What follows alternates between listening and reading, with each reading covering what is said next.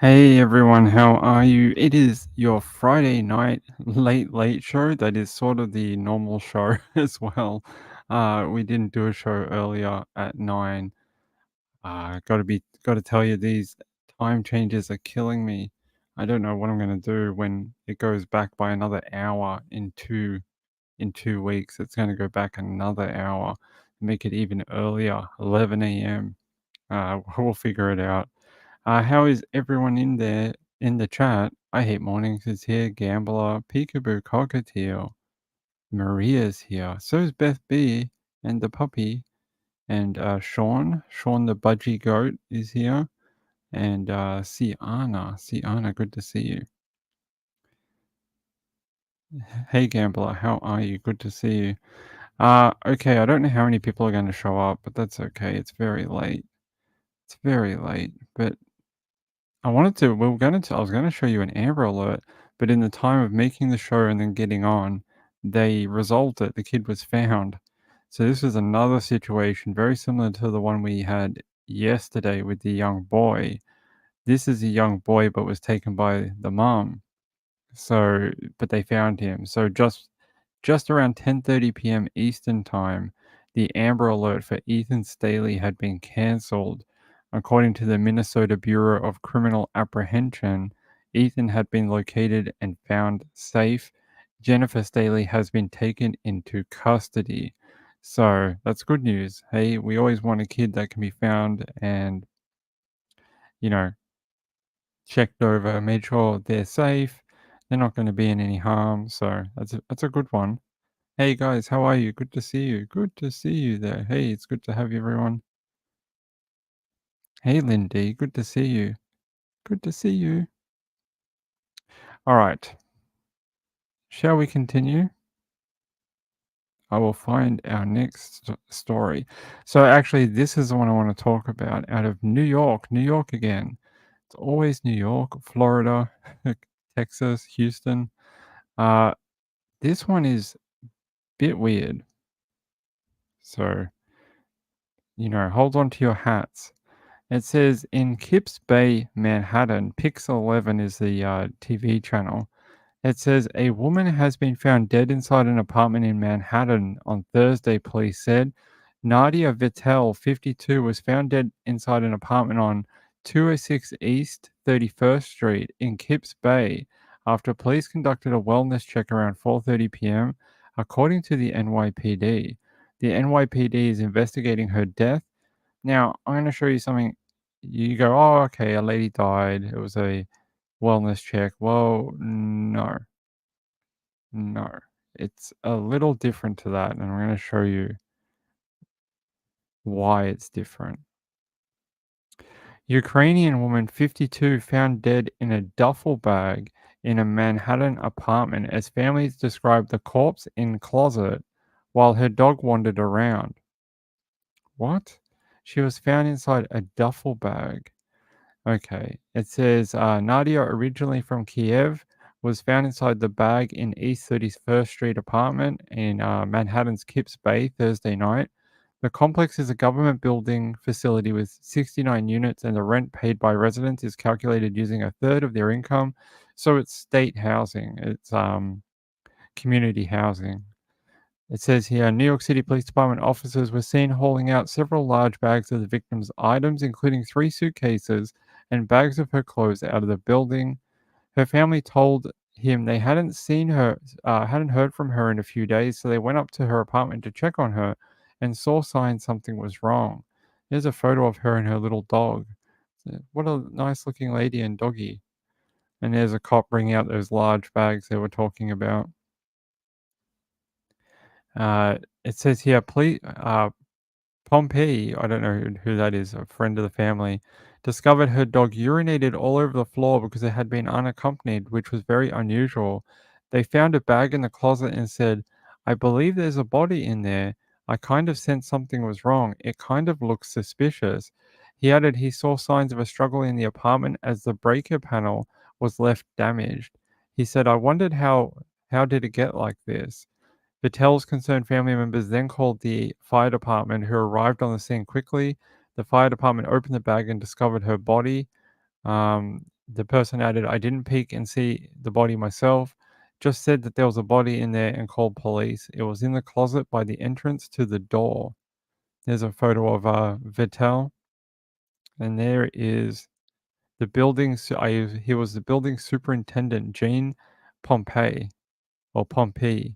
He was the first to enter her apartment and find that bag. Ah, very weird. How did she get inside the bag? It says, it was in a little type of bag you zip up, a soft case type. I felt bad. You never want to hear anyone is killed or murdered. The superintendent confirmed there was another name on the lease of the apartment Vittel was in and said had only met that person once and forgot what they looked like. Apparently she was subletting. I didn't know she was going to be moving in, he added. Pompey added the building is extremely friendly and filled with elderly residents who host regular get-togethers and barbecues in the community garden. They also said there were 6 packages in the lobby of the building under the name of the original leaseholder of Vittel's apartment, which had piled up over the course of a few days. No one has been arrested and police are yet to reveal how she died. Residents living in the building have said they are living in fear as details are still unclear about what happened to the Ukrainian national. I know one elderly resident told the Mail, I'm scared beyond belief. It's so sad what happened to this woman. Yeah, very, very concerning that, I mean, you gotta look at the original leaseholder who is suddenly missing and not around. You gotta start there and find out, did he do something to her? I'm gonna try to find you a bit more information. There's a photo of her and the dog again. Let's get to this. Oh, an update out of NBC New York. It says the police department is probing the death of a woman found in a duffel bag within her Manhattan apartment on Thursday. According to police sources, officers responding to a wellness check for Nadia Vittel, 52, after she had not been heard from since March 12th. It says, where's the bit here? Here. Surveillance retrieved from the building allegedly shows Vittel enter on March 10. Then, according to sources, a man and a woman can be seen entering the building and Vittel's apartment that same day. The pair, believed to be in their 20s, was last seen exiting the building 2 days later. An investigation of Vittel's apartment and building she lived in turned up personal items in the building's garbage disposal area. Authorities do not have any information on potential motive behind the woman's death. The city's medical examiner will determine her cause of death. Let's watch this little video here. Maybe this has more about who these two people are. Check in the building on East 31st Street near 3rd Avenue. The woman has been identified as 52-year-old Nadia Vittel. A medical examiner will now determine a cause of death in this case.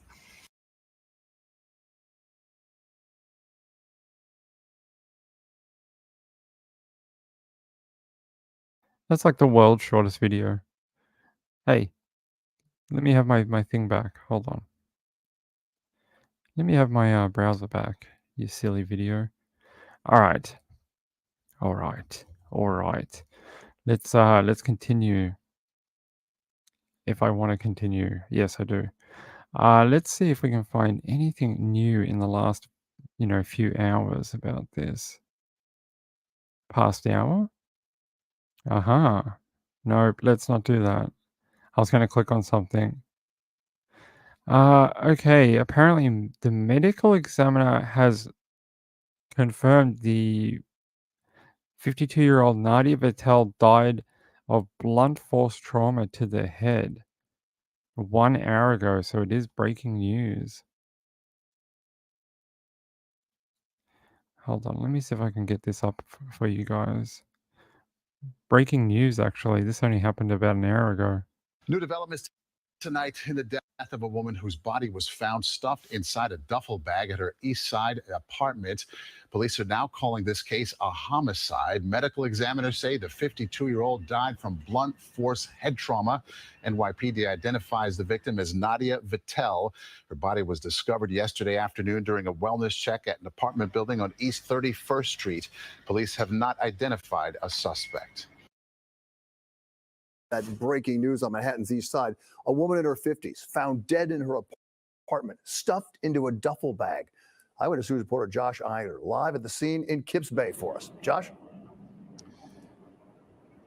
Yeah, and Bill, the NYPD crime scene unit just recently arrived here on the scene to begin what will no doubt be a multi-day experience as they work to get to the bottom of what's shaping up to be a true murder mystery here in Kips Bay. We could show you video of this apartment building as more and more officers started showing up. This is just off 31st and 3rd in a 19th floor apartment. Apparently, family members of a woman police identify as Nadia Vittel, a 52-year-old woman. Those family members were concerned they were not able to reach her, and sources say they came here this afternoon, could not get in. The super let them in, only to find her body stuffed in a duffel bag in a closet. Of course, they called police and spent several hours being interviewed by them. The super later came out and told reporters, and law enforcement sources also confirmed there's video showing 2 unidentified men entering the building who might potentially be suspects in this case. We also know, according to Did he just say men? 2 unidentified men? The other article says a man and a woman, not 2 men. That's interesting. But we do have a cause of death now, a blunt force trauma to the head. So someone has hurt her and, you know, damaged her with a heavy object maybe, or I don't know. Let me see if I can find anything else here. Coroner. Let's see if there's another update. That information is so new that there's like no other news outlet covering it right now. Let me check if it's on Twitter. Okay, from Alice Gaynor, CBS, which is the one that had the original thing. NYPD says 52-year-old Nadia Vittel was found dead in a duffel bag in an apartment closet in Kips Bay. Medical examiner says her cause of death is blunt force trauma to the head. Manner of death, homicide. And that was a couple of hours ago. I'm just trying to see if there's any other pertinent information. Really not a lot on this one. Very, little information. I thought this would have taken New York by storm, having a woman found dead in an apartment. This is true. You cannot. Yeah, I will let you know. Obviously, information will get updated probably in the morning, I'd say.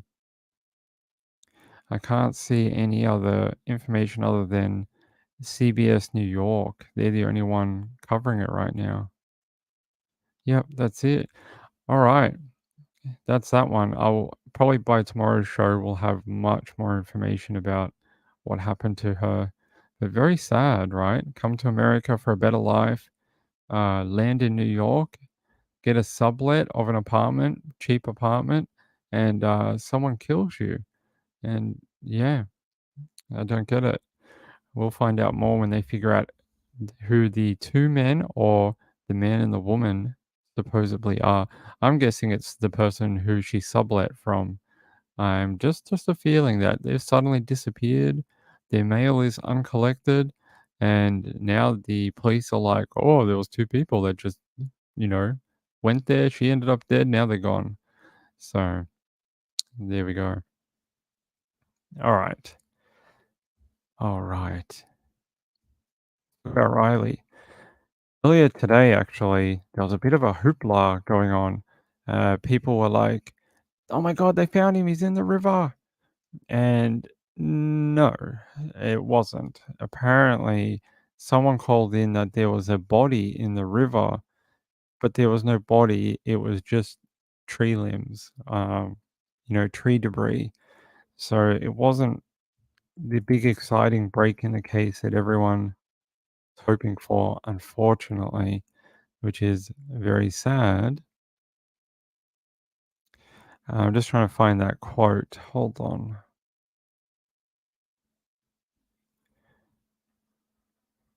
Where are you, our friend, the police department?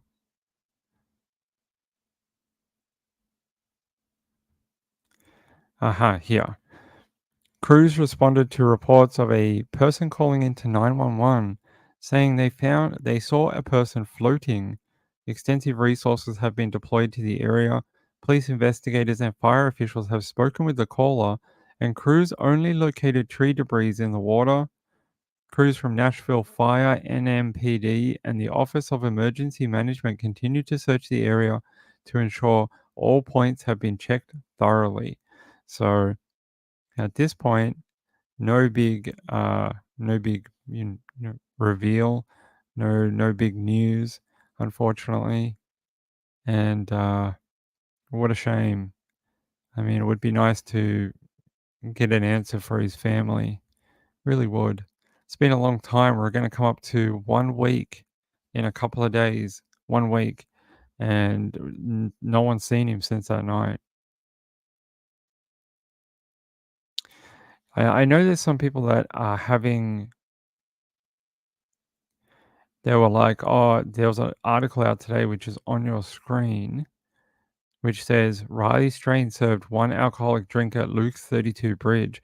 But there were other people saying that he was texting his mum from other bars that night. So maybe he'd already had a bunch of drinks at a different location, and Luke Bryan's bar was maybe like the third one they went to, and they finally said, "Hey, you've had too much to drink, even though you've only been here, half an hour. We think that you are a bit sloshed, a bit sloshed. You need to leave." But we'll watch this update, and I'll tell you a bit more about what happened at that bar. Wait, this is not what we're gonna watch. This is Snow. I like Snow. No, this is not the right one. Hold on. WSMV4, what are you doing to me? We watched this before. Is it? Yes, here.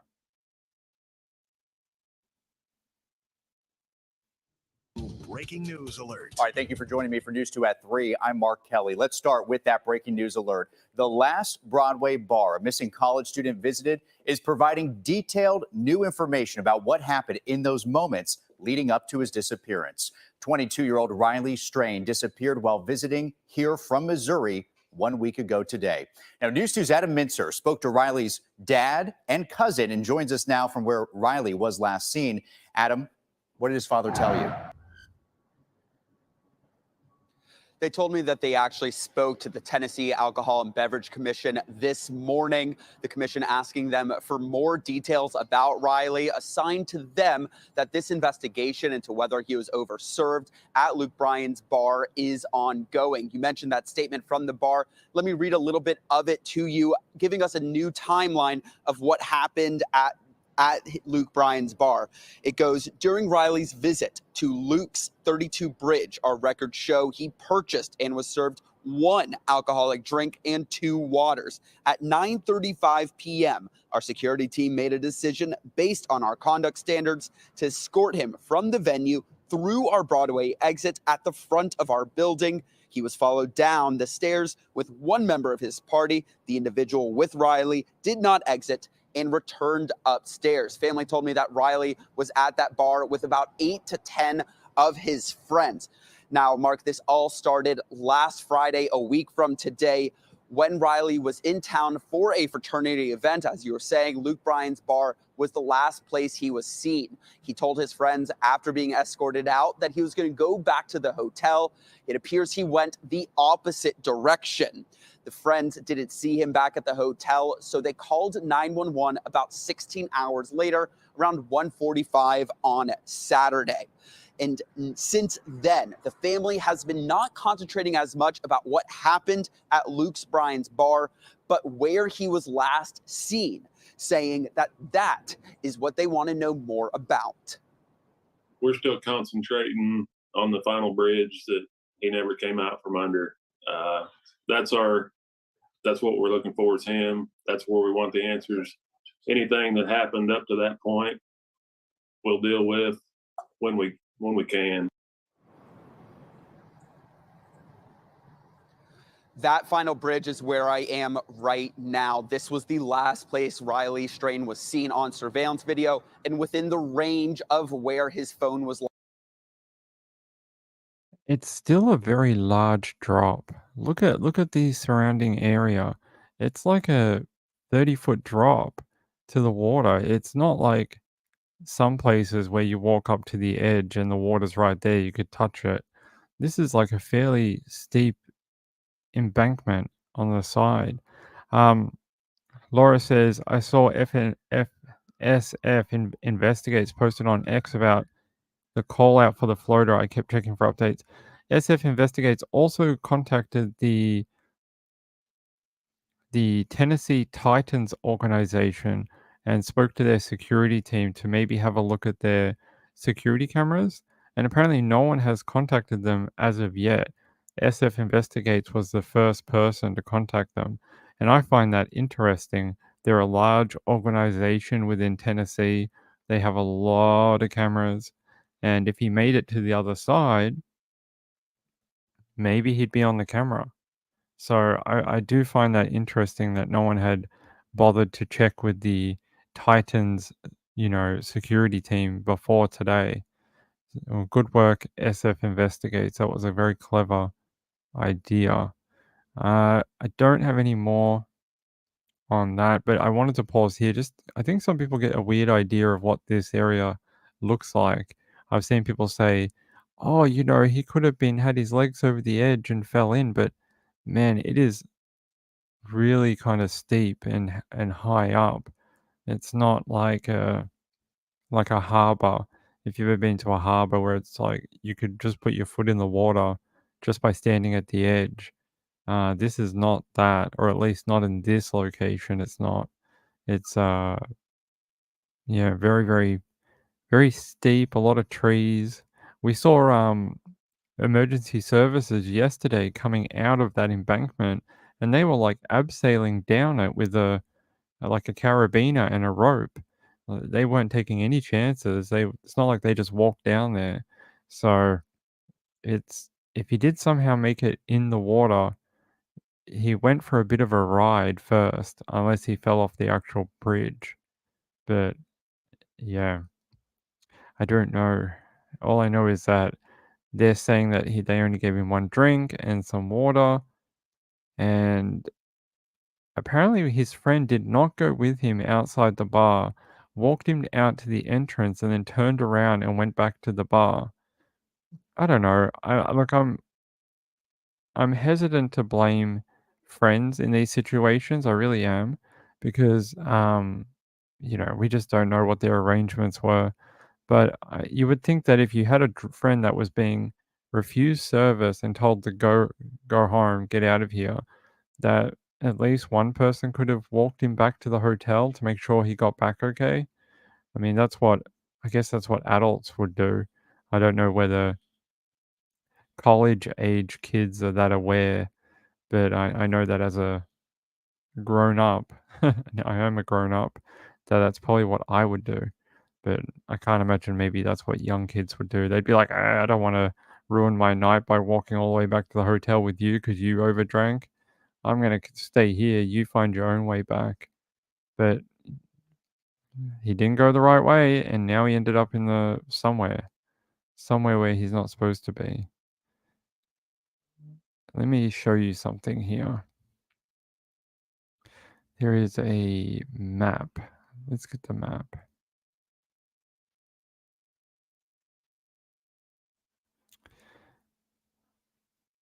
Does this one have it? Hold on.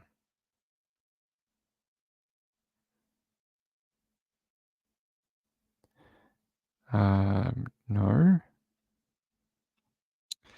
All right, that's a bit weird. Hold on, everyone.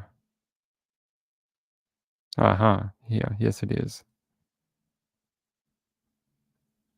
Days, and now his family is pleading for information.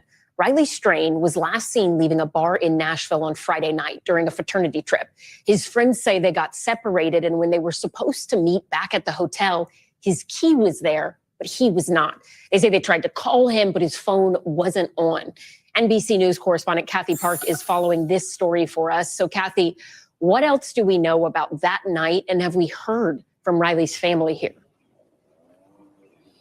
Elsie, good afternoon. As you can imagine, this is a parent's worst nightmare. In fact, Riley Strain's family drove from Springfield, Missouri to Nashville, Tennessee to help find their son. Nashville PD released this surveillance footage. If you look very closely at this video, you can actually see Riley crossing the street in downtown Nashville. A timestamp on this footage is 9:47 p.m. According to authorities and his family, he apparently was at Luke Bryan's bar, and he was asked to leave shortly before 10 o'clock. And he told his fraternity brothers that he was heading back to the hotel. But when his friends got back to the room, his key was there. However, Riley was not there. So obviously this set off a lot of concern and worry. They began searching for him, and that's when authorities got involved.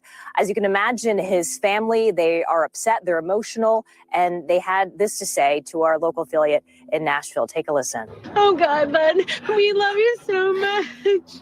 So much. And we're all looking for you. All of us, if anybody knows anything, please just call the police. Please. Anything, Anything, even if it's small. Please just call the police. It's very hard to listen to his mum. You know, she's just distraught. And I think as the days go on, I think she doesn't feel hopeful. I think she knows that whatever's going to happen is not going to be good. And it's hard to, you know, I feel so sorry for her. I can't imagine being in that situation. It's the not knowing that kills people. It really is. They when you want answers and you can't get them, it's like torture. It's like torture.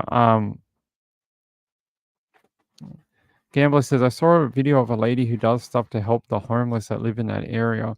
I wonder if he had cash on him. Could someone have robbed him and pushed him in? I saw the police say they interviewed the homeless people that live in that sort of area around the water. They all said they saw him or had spoken to him. And I think that's really interesting and possibly a lead in the case. How is it that they all spoke to him or saw him? And what was interesting, the cops said they couldn't give any sort of like concrete details. They're just like, yeah, we saw that guy, or yeah, I think I spoke to him. But none of them would give any sort of, you know, oh, he went this direction, or we saw him do that, or he, you know, we pointed him to go this way. None of them said anything like that. They just said they saw him or spoke to him. And it almost sounds like they know more than they're letting on. Sean says, was he heterosexual, or we don't know? I don't know. I have no idea. I don't think we classify missing people that way. I think we just say they're missing. But I don't have any information whether he, you know, I don't have any, I don't know. I just don't have anything that points to one way or the other. I'm just not sure how that would make, you know, it's why it would be important. I mean, that's what I mean.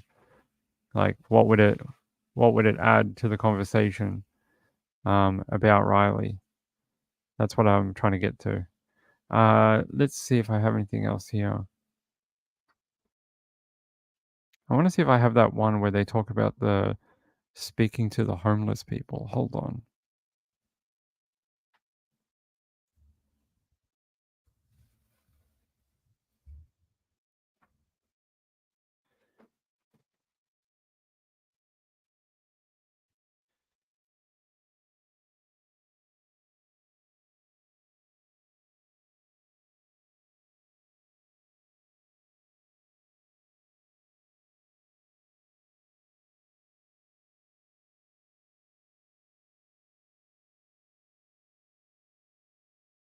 Now, police have shared video of Riley Strain, 22-year-old at their hotel 5 blocks away. All right. There we go. This one has the information. Yeah. Missing student Riley Strain was reportedly seen wandering in downtown Nashville by two separate groups of homeless people on the night that he disappeared. I wish I had the video that where the cop tells you, but he basically said, they wouldn't give any like concrete information, just that they saw him. Let me see if I have that. It says Mr. Dingman also spoke with a homeless person who saw Mr. Strain wandering near the banks of the Cumberland River, which runs through the city close to downtown. However, the homeless resident could not recall where Mr. Strain went. They all said something like that, like, "Oh, we saw them, but I don't know where he went," or, "I spoke to him, but I don't know what happened after that." A doorman working at different downtown bars also told WSMV4 that he had been approached by a homeless man who claimed to have seen Mr. Strain stumble into some bushes, stand up, and then wander off in the dark. So some of them have tried to be helpful and give what information they know. Some of them are just saying they don't really know much. Yeah. It says investigators have found no evidence that Mr. Strain fell into the river, and they said it is unlikely that foul play was involved. Investigators have also checked hospitals and jails in case Mr. Strain was brought in, and have used cell towers to try track his location via his cell phone. His cell network, Verizon, told police that it was not possible to do a live ping on the student's cell phone because it had been turned off. Mr. Dingman said police are doing their job 100%.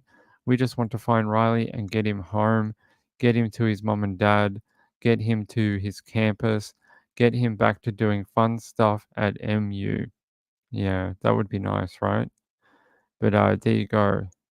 So they have sort of spoken to the homeless people that live around that area, and some have said a few things. Some don't know much, but they all said they saw him. But it's interesting that none of them can tell where he went after there. Odd. Very odd. Very strange. I don't have any more information on Riley tonight. I mean, I know there's some people that are concerned about the vehicles that we see in the CCTV videos. Someone pointed out that at least one cop car drives past Riley, and they said those cop cars have like a dash cam that runs constantly. Maybe they caught Riley on the police car and they can see what happened to him. It might be a long shot, but hopefully the police have already checked their units that were in the area that night, but maybe they haven't. We haven't seen anything from a cop car. We've seen stuff from like stores and bars and city CCTV, but nothing from a vehicle as of yet. Let's see.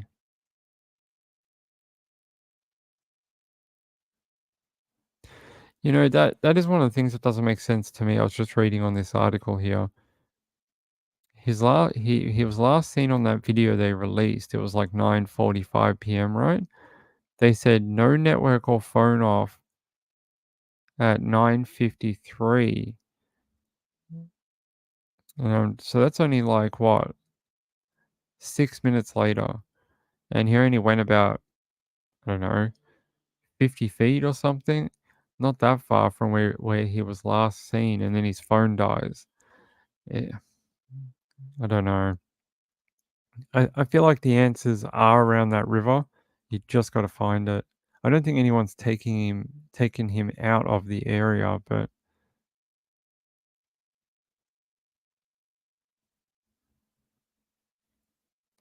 I know a lot of people are blaming the friends on social media too. I get it. I think if you guys remember when, what was her name? Brittany Drexel went missing. When Brittany Drexel went missing, a lot of people blamed her friends as well, saying that they were very irresponsible. And I used to hold the same opinion about Brittany Drexel's friends. I was like, wow, they are trash. They are like the worst people. And then I came to the conclusion that they weren't that great of friends.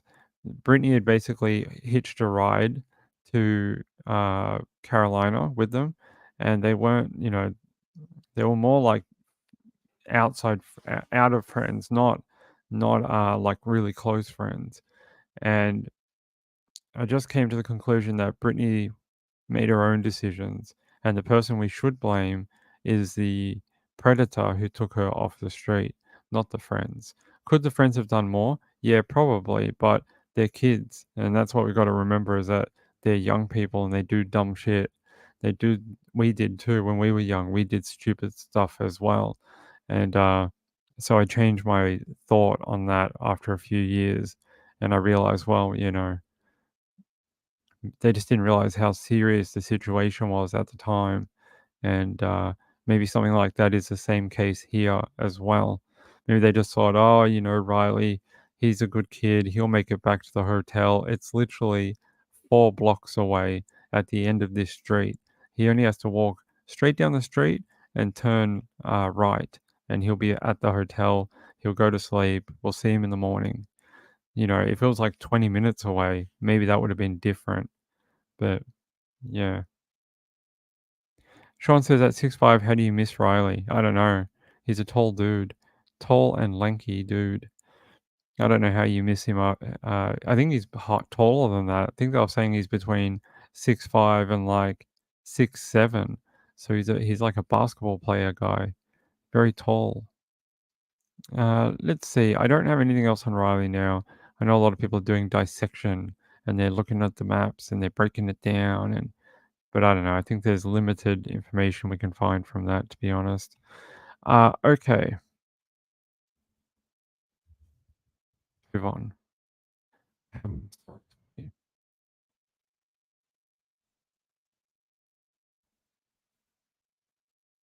If I can find it.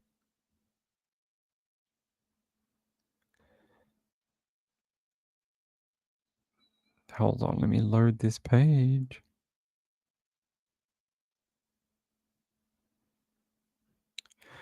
All right.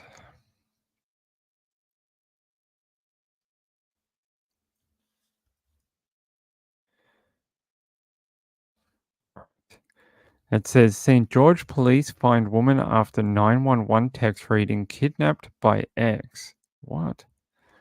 We get some interesting crimes. It says St. George police tracked down a woman's location on Thursday after she allegedly sent a text reading kidnapped by ex, held captive, was at redacted, now in white van. What a spooky message to receive from someone. According to the probable cause statement, police arrested a 50-year-old male after locating a woman who contacted 911 several times for help.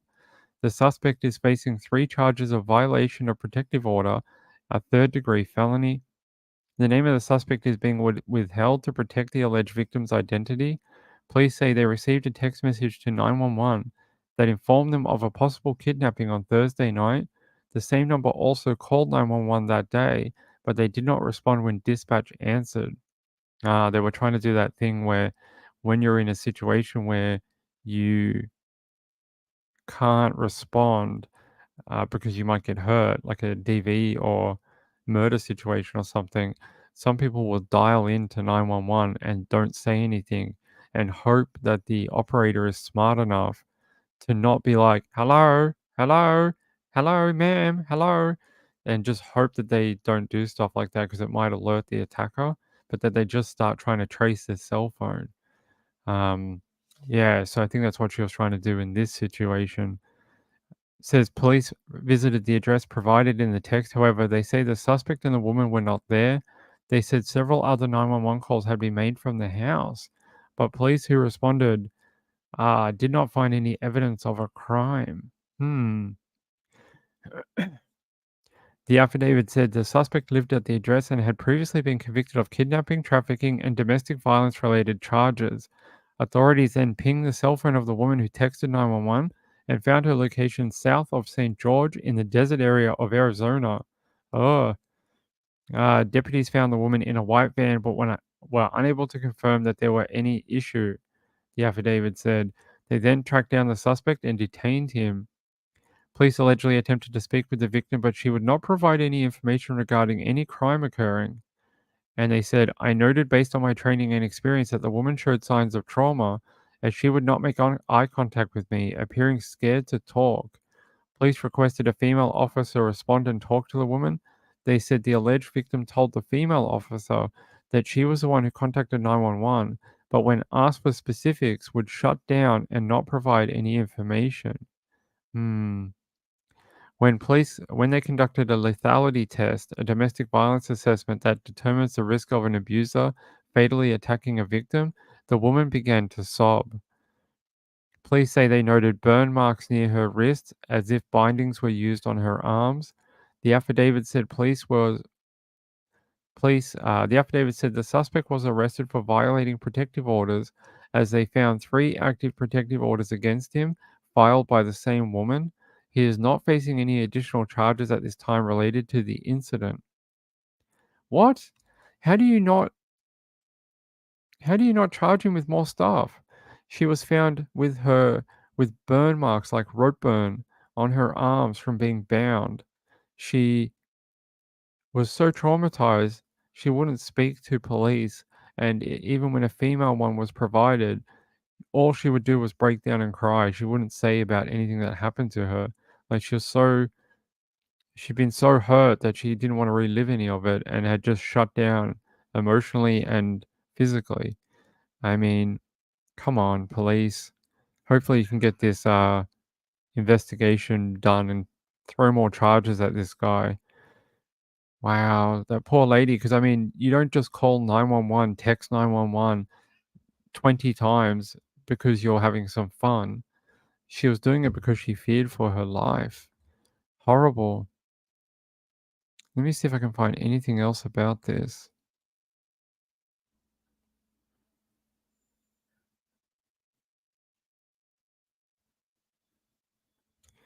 St. George Police, okay.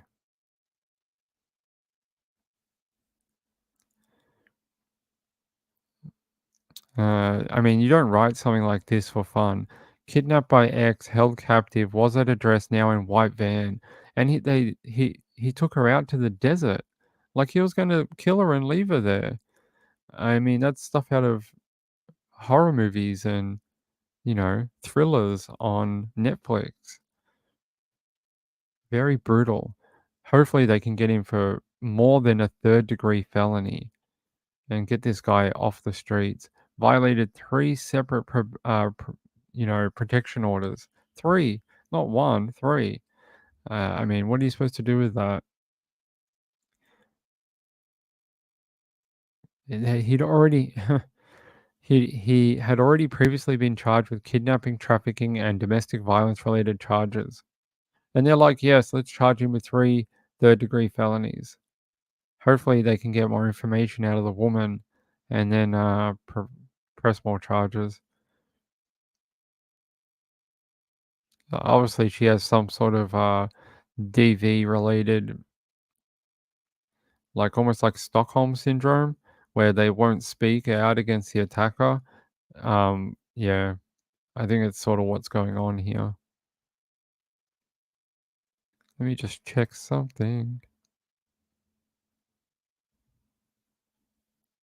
Jojo says, poor lady again, no charges. This is why she won't talk. Yeah, probably because she worried that if she talks and they don't charge, she's going to be back with him again. And this time he might actually kill her.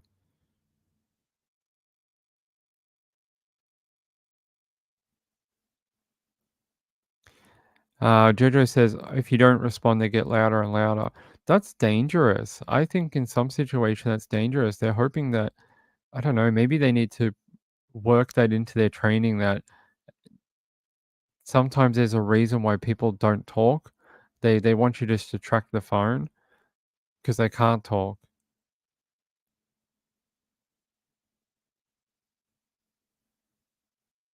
Yeah, that's what I mean, JD. I think she's worried that she'll end up back there, and if she does give out her information, like he might kill her next time. I mean, he was pretty close this time. Hey, JD, it is good to see you. Hope you've been doing well. Yeah, if you don't reply, they should stay quiet. They should use their conductive reasoning and then be like, you know, conductive reasoning? I don't know, whatever it's called. Then figure out like, oh, why is this person not responding? Is this a prank call? No, it doesn't seem to be a prank call. There's no kids in the background. Is this a creeper making like breathing noises down the phone and touching himself? No? Okay, let's move on. What else could this be? Oh, they sent us a text message about a kidnapping and a possible DV incident. Maybe they're trying to call us and make sure that we know where they are. So I don't know. Maybe there's more DV specific training they can work into their you know, yearly kind of touch up kind of, you know, every year they have to go through training and learn new things and new laws and stuff like that. Because I've seen this more than once where women will call and not speak on their 911, hoping that they can just track where they are. But if they keep getting louder, then it can get them killed or hurt. Because then the attacker's like, "Oh, you called 911? Come here, you know, B word. Let me smash your face in." Like, it doesn't help. All right. What an awful story. Awful story. Hopefully, the police can work out a way to keep that dude away from her and get her some sort of DV related counseling, something that can help start repairing her like emotions and brain and get her to a safe living situation, that type of thing. That would be nice. Let me see if I have anything else about her. I don't think so because they're not releasing the name of either party to protect her identity. But that is an interesting one.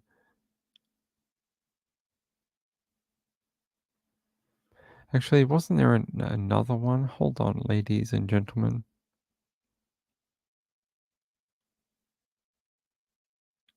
Thought I saw something in the article we were in. I thought,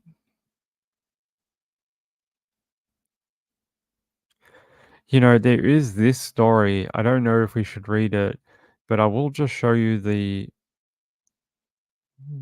headline for it. This one here, I'll show you. Did everyone see this in the paper the other day? I don't want to read it out, but I just want to know if everyone saw this in the paper and how absolutely disgusting it was and how their claims, you know, it was horrible. Hey Shasta, hey, good to see you. Yeah, this is starting to become a bit of a joke now. You're not the first person in the last week or so that has come on and said they were unsubscribed again. What is going on with my channel? I'm not unsubscribing anyone. Of course, why would I do that? And Shasta, thank you for letting us know. I appreciate it. And please, yeah, if you listen to this show and just check your subscription settings, that's very concerning. I'm trying to build the channel. We're trying to get to 1,000, not get back to 0.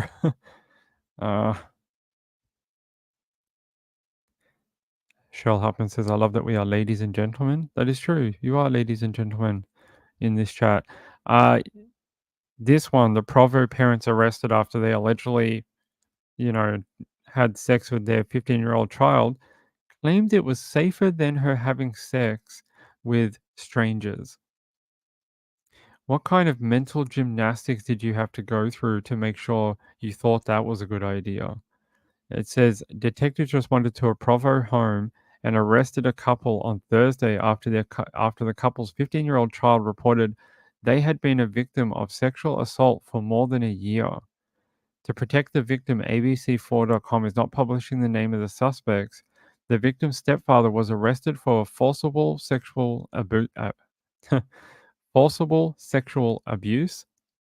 forcible S word. This S word, I can't say it because of YouTube. Object R word and R.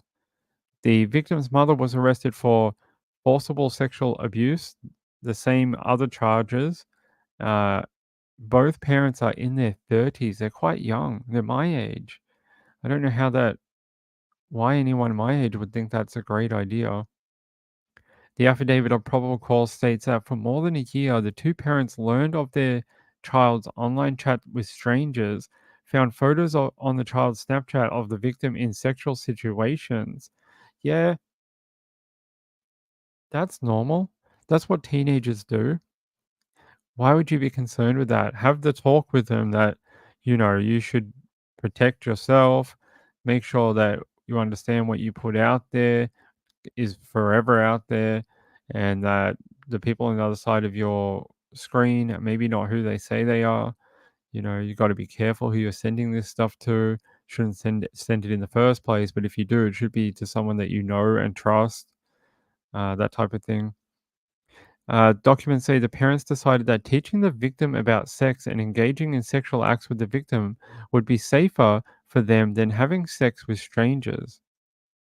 What the hell? According to arrest documents, the teenager told police and paramedics that their stepfather had been assaulting them for the past year and a half. The teenager said their mother was aware of the sexual activity between the victim and their stepfather, the documents say. After the stepfather was arrested, he reportedly admitted to police that he had intercourse with the teenager. In addition to admitting to the intercourse, documents say the stepfather admitted he and the victim's mother bought sex toys for the teenager and showed the victim how to use them, both on the child and on the parents. What is wrong with this world? Documents say the stepfather also told police he and the victim would shower together. What the hell? When the police interviewed the victim's biological mother, she also reportedly admitted to engaging in sexual actions with her husband and the teenage victim.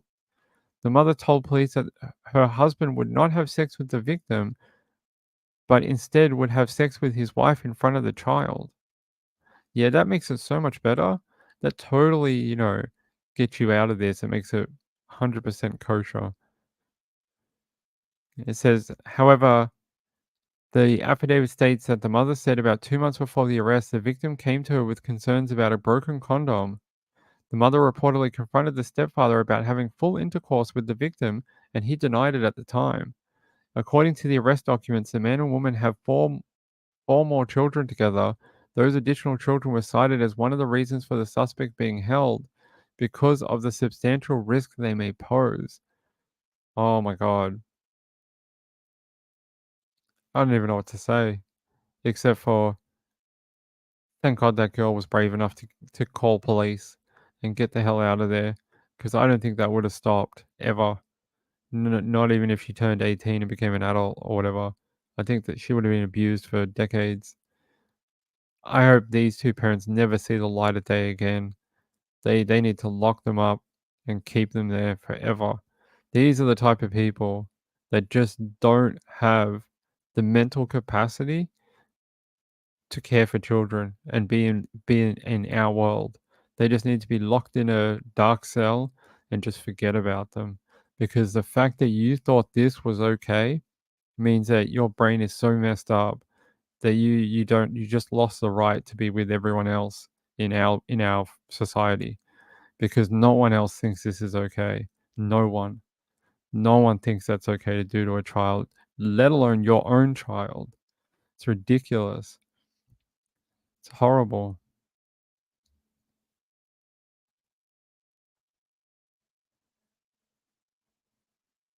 That's a good one, Jojo. Jojo says you don't give a boyfriend anything you don't want an ex to have. That's the kind of advice the mum should have given. Yeah, I like that one. It's a good one. Nasty people in that poor girl. I agree. That's how we end up in a situation like Maddie. I mean, Madeline in Florida.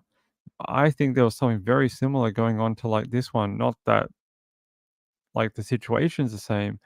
I think the whole full intercourse and condoms breaking thing. Well, apparently, according to the affidavit for Madeline, I don't think there was any condoms being used. I don't think anything like that. So the whole concern about pregnancy may have been a thing, and same in this situation as well. Horrible. I'll keep an eye on this trial because I will be red hot angry if I don't see like life sentence for both of these people. They should never walk our world again. I just never ever. The fact that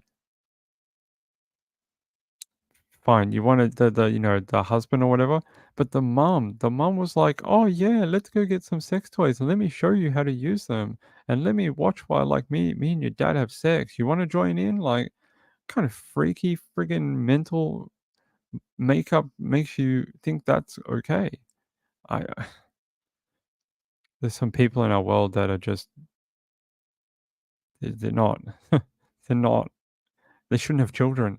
They shouldn't even have children. Children should be nowhere near them. And I can't believe this couple had 4 other children. 4. I mean, I'm thankful that the girl called police and that these other children hopefully never grew up to get to an age where these 2 felt like sexually abusing them was a great idea because, strangers are so scary. Uh, you know, how did you meet your wife? How did you meet your wife and have 4 children? Was she a stranger to you at one point? Yes? Then why is that a contradiction for your own child? You met a stranger, you had sex with her, you made children together. Same thing would have happened with your daughter.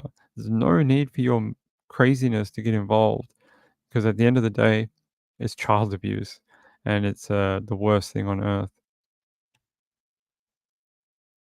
I agree. That's what I mean was I think she saved them from them getting abused. Hopefully they weren't doing that to little kids or something. But um, yeah, I think she saved a lifetime of awfulness for them. In the Outroad case, they rented the children out to others. I have seen that in a couple, unfortunately. I've seen that where they've rented out little kids to other people. That happened with a girl in the UK. They never found her, and they think her parents rented her out to their pedophile friends.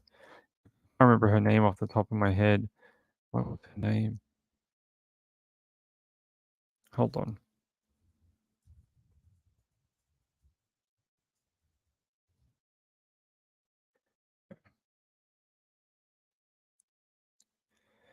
This little girl. See? Girl 14 was groomed, murdered, and ground into kebab meat. They think that that's what happened to her. Karen Downs, head Spanish, he struggled to cope with the enormity of the words spoken in a crowded courtroom.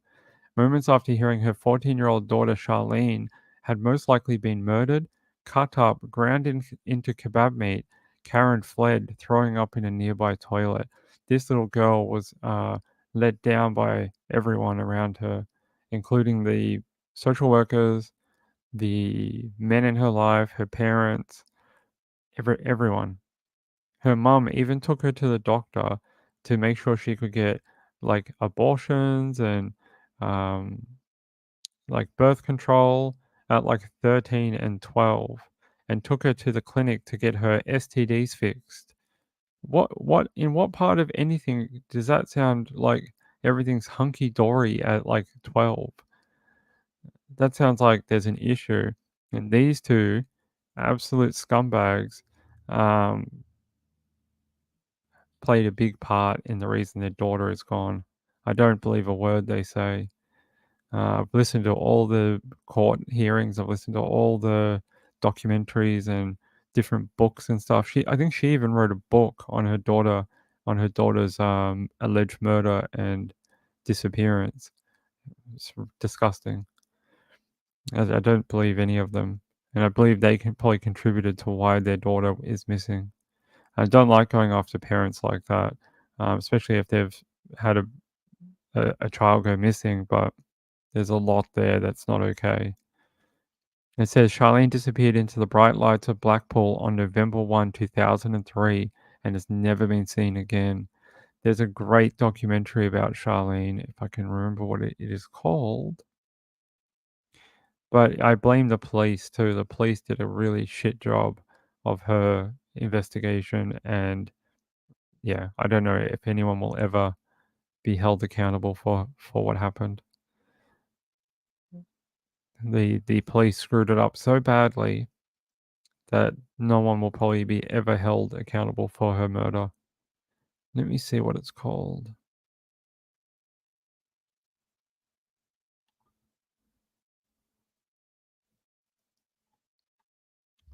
What was it called?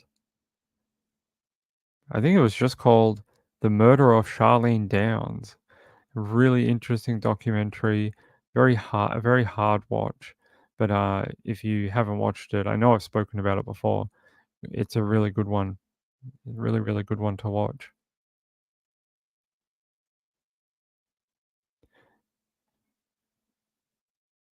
Yeah, that's what they think about me.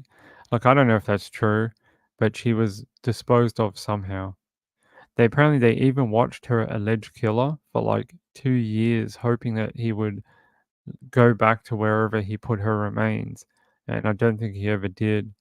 I think they were hoping he would visit it like on an anniversary or something like that, but I don't think they ever caught anything.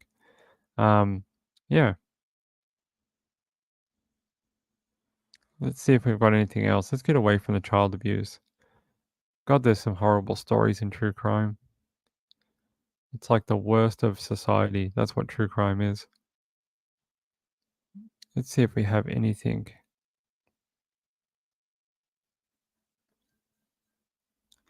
Hold on, someone sent me one. Out of Billings? What's Billings? Oh, in Nebraska? Look.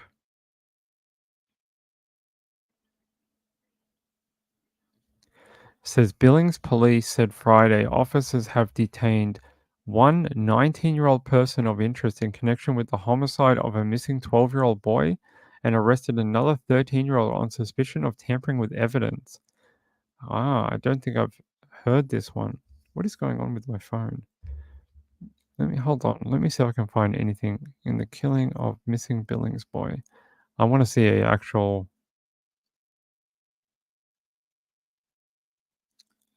newscast for this because I've not heard about it. 12-year-old boy who had been missing for over 3 weeks has turned up dead, and police now believe he was murdered. Andy Paul Beartusk Martinez was last seen February 21st near Central Park in Billings. Police believed he was a runaway, but his family feared there was foul play. MTN's Kagan Harsha has the latest twist in this case as police today arrested a 13-year-old boy in connection with his death.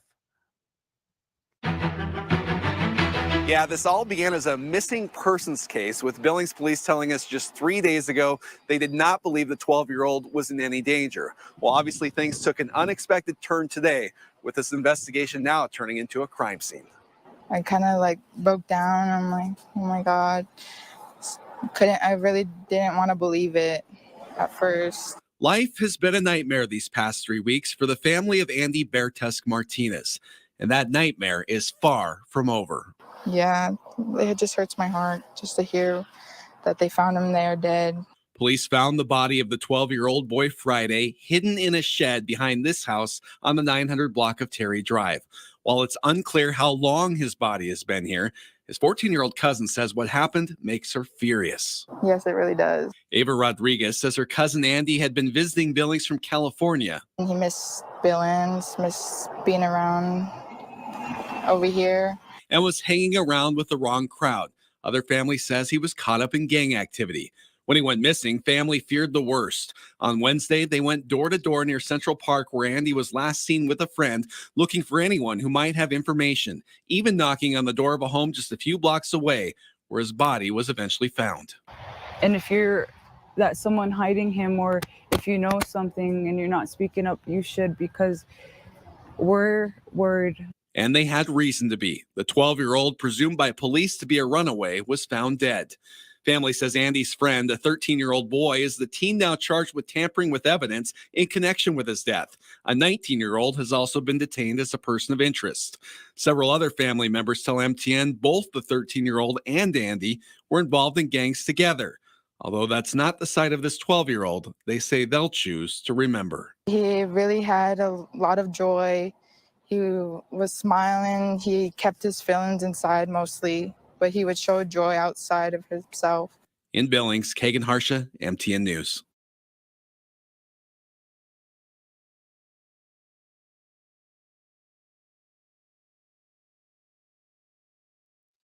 That is a very sad case, a very sad murder.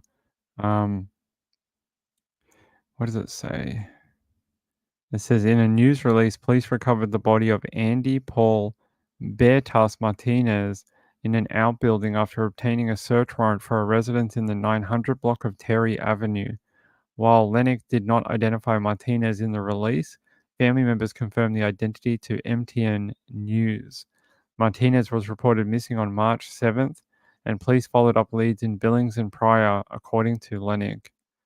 Family members also took up the search in the area around Central Park where he was last seen. The 19-year-old was detained, according to Lennox, but he has not been charged. The 13-year-old was charged and taken into custody of Youth Services. Billings Police and the Bureau of Indian Affairs are investigating. Wow. They say here, Billings Police are investigating the suspicious death of a boy at 936 Terry Avenue Friday afternoon. Lieutenant Brandon Woolley told Q2 News at the scene that the incident is connected with the case of a missing 12-year-old boy whom he did not identify. Billings Police recently posted on Facebook a request to help search for the 12-year-old who was last seen around Central Park. Wow. So they're saying like they're involved in gang activity at that age? Jeez. Let me see if I can find anything else about this little kid. What was his name? Andy Paul Bertas Martinez.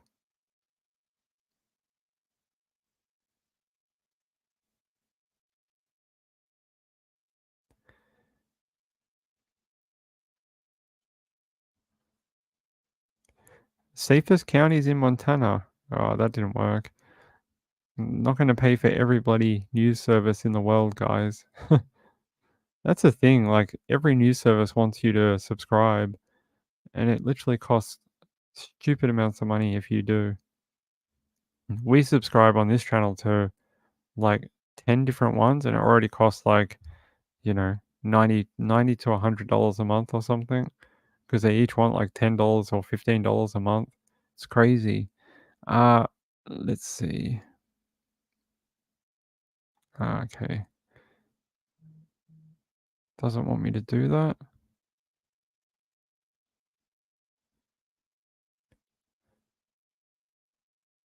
I'm just trying to see if there's anything else on this kid.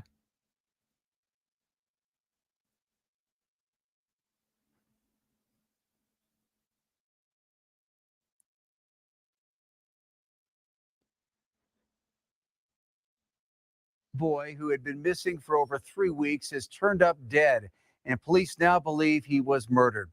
Andy Paul Bertusk Martinez was last seen February 21st near Central Park in Billings. Police believed he was a runaway, but his family feared there was foul play. MTN's Kagan Harsha has the latest twist in this case as police today arrested a 13-year-old boy in connection with his death. Yeah, this all began as a missing persons case, with Billings police telling us just 3 days ago they did not believe the 12-year-old was in any danger. Well, obviously things took an unexpected turn today, with this investigation now turning into a crime scene. I kind of like broke down. I'm like, oh my God. I really didn't want to believe it at first. Life has been a nightmare these past 3 weeks for the family of Andy Bertusk Martinez, and that nightmare is far from over.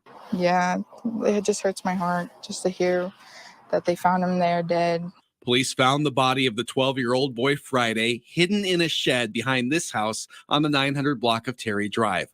While it's unclear how long his body has been here, his 14-year-old cousin says what happened makes her furious. Yes, it really does. Ava Rodriguez says her cousin Andy had been visiting Billings from California. He missed Billings, missed being around over here. And was hanging around with the wrong crowd. Other family says he was caught up in gang activity. When he went missing, family feared the worst. On Wednesday, they went door to door near Central Park, where Andy was last seen. So he was caught up in gang activity after visiting from California.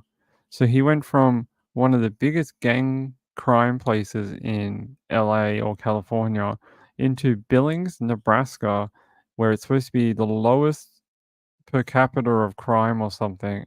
I saw it in that little overview, and he somehow ended up dead and murdered in Billings, not in California, in Billings. There's something weird here, and it's odd that there's like a young cousin that's talking to the media, but not the parent. It's a bit strange, right? To put a younger person in front of the camera. Very odd. I hope they get to the bottom of that. And I hope his death is not just swept under the rug as, oh, it was just another child that killed him. Let's just seal it and never talk about it again. I hope that's not what happens. All right, what time is it? 4:30. Geez, we've almost been on for an entire show. It's not bad. It's not bad for a late show. Do I have anything else for you tonight? Actually, yes. I want to look up something.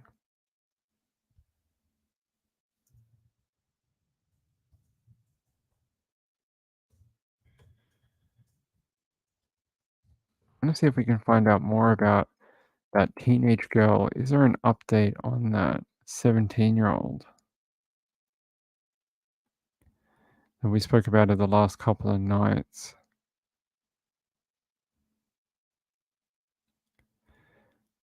Just trying to see.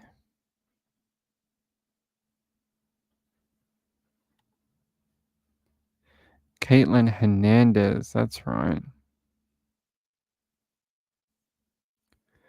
Is there a news on her murderer? Oh, actually, I did hear something, some update on this. Actually, I did. And I can tell you a little bit more about it. That's right. Okay. Let's stop this. Okay. So we spoke about this 17-year-old girl went for a walk with a neighbor and then was found stripped of her clothing, dead, strangled to death underneath a bridge or like, floodwater canal. And originally they released one person of interest that they wanted to try find. That person was released. But the second person they arrested, they believe is the person responsible for her death. And that's the information I was able to find last night when I was researching it. It's hidden away in like a real weird place. They haven't advertised it very much that they believe that's the person who killed her. But yes, they do actually think that is what happened. It is the second person of interest that they arrested. That is the person they think killed Caitlin. Let me see if there's anything. Here. SAPD interviewed the friend with whom she had gone walking. Though they originally asked for the public's help locating a separate person of interest, police have since said they found the man and he is cooperating. Yeah. The past 2 days have Hernandez family reeling. We're barely holding up. We're taking life right now, 1 minute at a time. Rodriguez would not discuss the ongoing investigation. Instead, she's focused on who her animal-loving niece was as a person. And they held a memorial today. Today was a memorial in Bexar County for her. Let's see if this one has a bit of a video of her memorial. I'm just Oh. not. Stop it. No ads.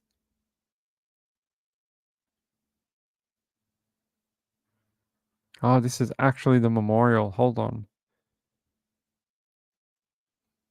You're going to do this little square boxy thing for me?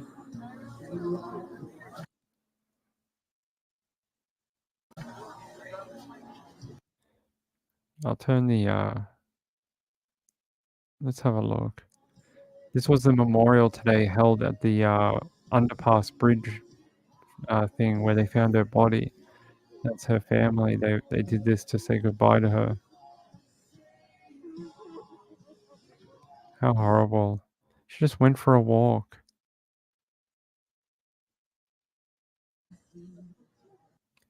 A lot of neighbors and friends turning out to pay their respects. News cameras too.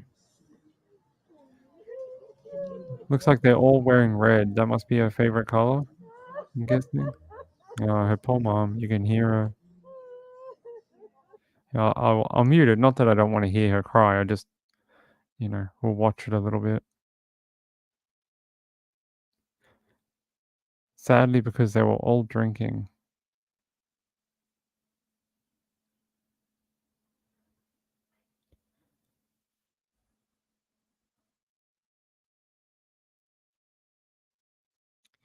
Be sure that once you select, I don't know, what are we selecting? Yeah, this was the canal where they found her just here. They found her body after she went for a walk with a neighbor. They found her, unfortunately, nude and strangled to death. Very, very horrible. And this is the little memorial they're having. Can't imagine what that's like to go through as a family. These children are often the future for these families, They're to go off there and get an education and take care of mom and dad. And, when mom and dad get old, they help them. And often that's now the parents' future taken away as well. They don't get any grandkids or special events in life and to be proud of. It takes away their future as well. Not just the person who was killed. It pauses the parent's life. It's really, really destructive and horrible. It doesn't just affect one person, it affects many. What a pretty memorial for her. I hope they charge someone with her death. Let's see is anyone going to speak? Let's go further down. In this house will receive this word. And I know that Kaylin will be more alive than ever, just like my daughter. The Bible says that a seed in your hand remains a seed, but when it falls to the ground and dies, it produces fruit. And I pray that people that are here, even listening, will draw near to Jesus because of Caitlin's life. So, Father, we come to you right now in the name of Jesus, and we lift up the family right now, Father. And we all come in agreement as we lift up our hands up high, up to the heavens. When we lift up our hands, when you don't know the scripture, you don't know the Bible, don't go to church, remember this: when you're getting hit and attacked, that you lift up your hands. The greatest weapon you can use is a sign of surrender, that we lift up our hands and say, Jesus. There's power in the name of Jesus, that this family will remember when things get tough, that they will just call on your name, Jesus. And when they lift up their hands, it's a sign that we surrender it all to you. When they're fighting tired, that we come, we remember them when we're sitting down. Oh, I hope they find I hope they find solace in their memorial, and I hope it makes it even 1% easier. Dinner or breakfast. Oh, there we go. I wanted to see if the mom was going to speak or not. Who's this? Somewhere in heaven today, Jesus sits with the 12 apostles. Oh, another preacher.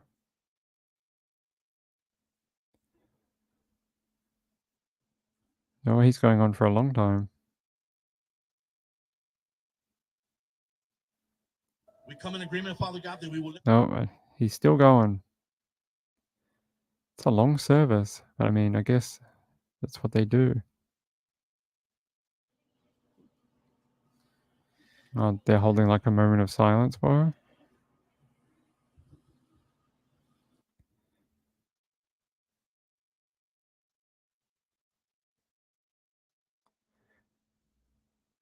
It's nice to see so many people turn out for it. Look how many people turned out for the memorial where she was found. That's a lot of the community that came to show the family that they're with them.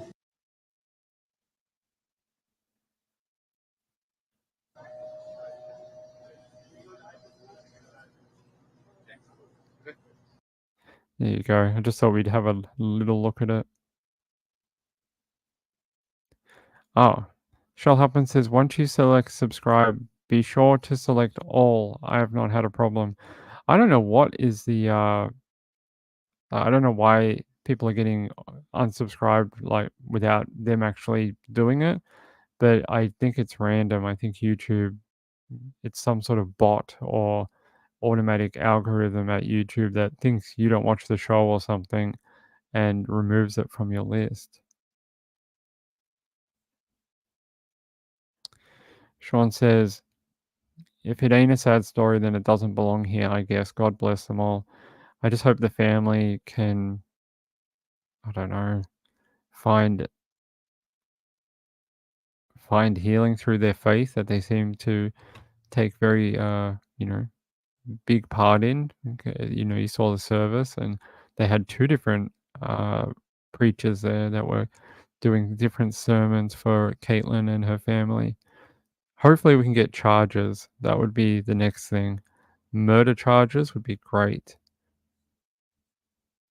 Just trying to see if there's any murder charges update. Fox News. Texas police hunt killer after teen found dead in ditch like animal.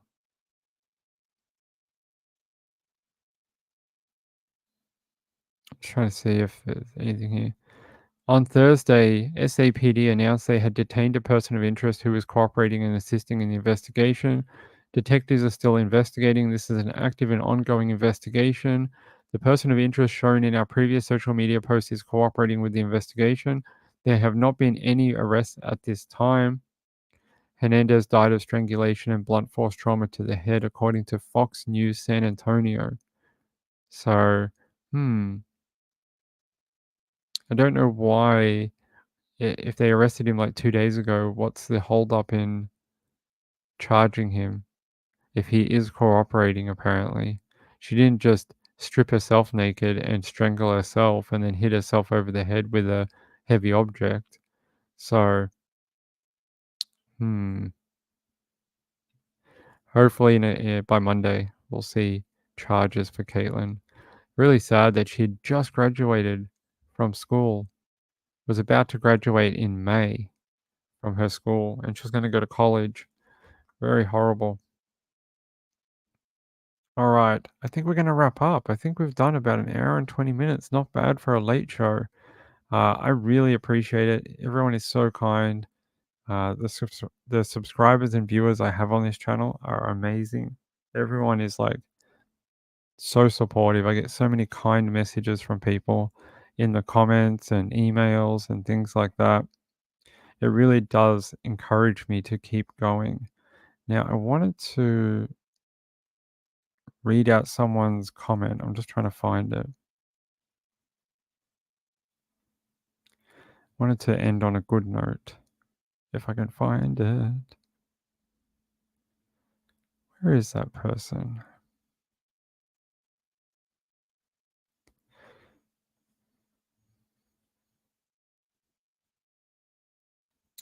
Can't find it, but which is a shame. Because I like to highlight people that leave comments in the replay crew. Because I want to make sure they feel like they're getting involved.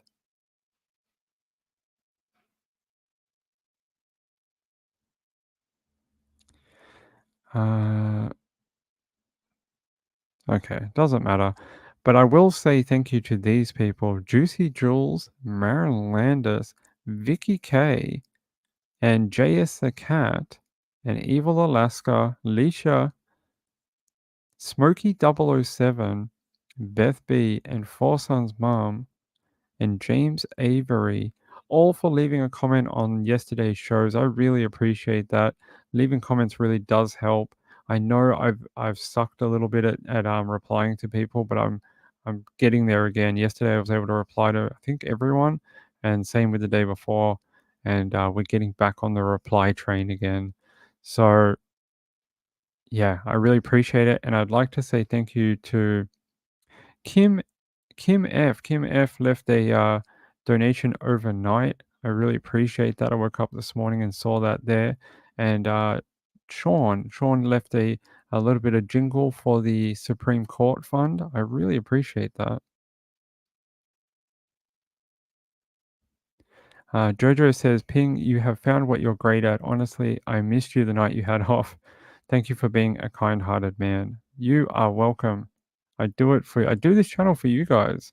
It's not for me. I do it so that people have a place to come and hang out. And like where no question is stupid. I want people to feel like they have a place where they can ask questions or have an opinion and not get beat over the head like some other channels. Some other channels, like you say something and they're like, "Oh, that's dumb. Why would you do that?" And I really want to do the opposite of that for people in true crime. I want people to be able to learn or, just figure stuff out without feeling like they have to fit into the crowd or the cool team or whatever. Yes, there you go. Click on subscribe and be sure to select all. So that's not the issue. Because I rent, I can't drill into the wall. We tried to use those, those long sticky Velcro things that stick to the wall, but for some reason, whatever this is, it doesn't like anything that sticks. Anything that sticks, it just falls off after like a few hours. It doesn't hold, and we washed it. Like I washed it with alcohol, as you're supposed to clean it beforehand. And I used 8 of those Velcro tabs. 8. It's supposed to hold like 40 kilos, and it just fell off. So we're trying to figure out a way to hang it somehow. No, you're fine. I've never yelled at anyone except for the trolls that come in. I really do want to put it up. Maybe tomorrow I can at least take it out of the box and have it here so you guys can see it. Because I know Reby really wants to see it on the stream. Yeah, maybe tomorrow I can at least have it out and have it leaning against the wall for people to have a look. Also, Reby made you something, and I'm going to show you tomorrow night. I was going to do it tonight, but we didn't have a main show. But tomorrow night, I'm going to show you Reby made something for you. And I want to show it to you. Sticky tack? Sticky tack? What's sticky tack? Like blue tack? Blue tack? Blue tack might work. In Australia, we call it blue tack. It's colored blue.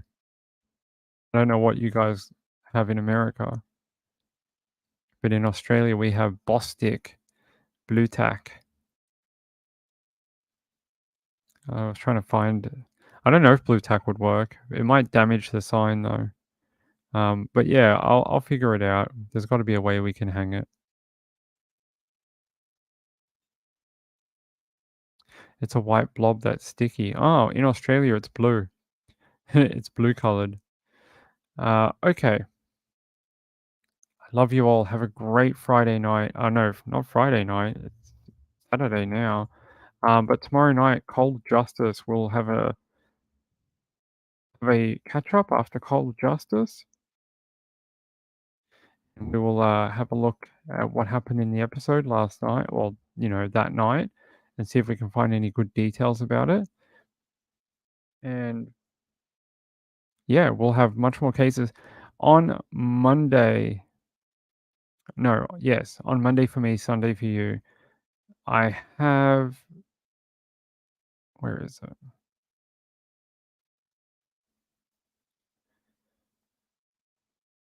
Hold on, let me find...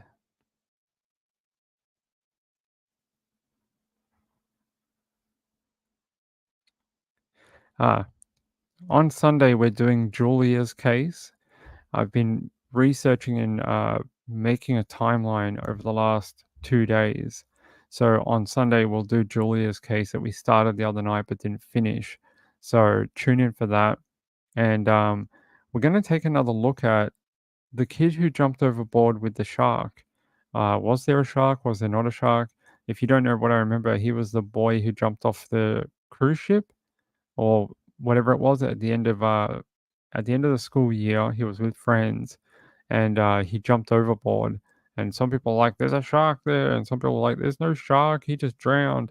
We're going to have a look and see if there's any updates in the last 6 months from that. But yeah, I'll see you all tomorrow night, okay? Love you all. Thank you to those two people, Sean and Kim. I really do appreciate it. It's very kind of you. And yeah, peace out, everyone. See you tomorrow night. Peace out. Bye-bye. Hopefully good news for Riley and Sebastian and any other of the missing kids out there. That'd be a nice day if we could have that tomorrow. See you later.